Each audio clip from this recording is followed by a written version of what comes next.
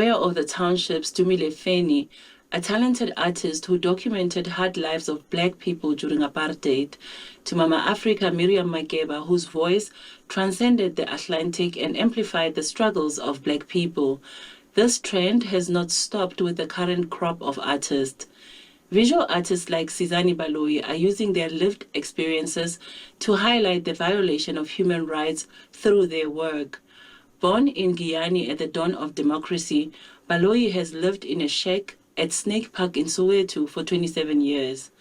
The artist uses the central feature of a shack in most of his work to tell stories about the right to housing as enshrined in Chapter 2 of the Constitution of the Republic. My work tells a story of hope as well as being able to fight for a better future in terms of settlement. You know, we cannot deny the change that is happening in South Africa and that we are a developing country as well. As much as we are developing, it's sad to say that change is not accessible to everyone. We have seen the initiative of RDP houses as well, but it's still not accessible by everyone. Baloyi is not the only artist carrying this responsibility. Artists like Zakes Mda have centered some of their work around the atrocities of Marikana. Tyra Naidu tackles issues of gender and human dignity.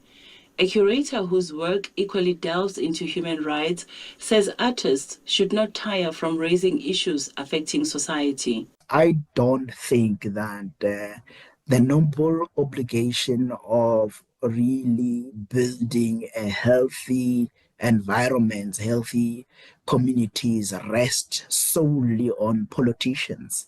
Artists in their own right, like they did during apartheid days, they still have the right and opportunity to deal with those social issues and put them out there and interrogate them and make a difference. Hope is not lost. Baloyi says despite the heaviness of his subject matter, he strives to give those still living in desperate conditions hope that things will change. Someone to look at the work and just get devastated or rather feel sad somehow.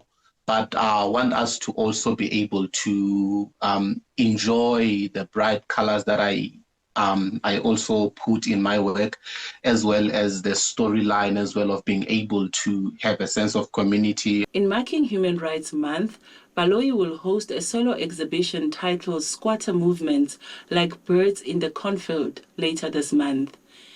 The exhibition opens on the 28th at Newtown in Johannesburg. A cherry on top is the 30% off sale for art pieces of Baloyi's work themed around human rights for enthusiastic collectors. Margaret Mutibi, SABC News, Kimberley.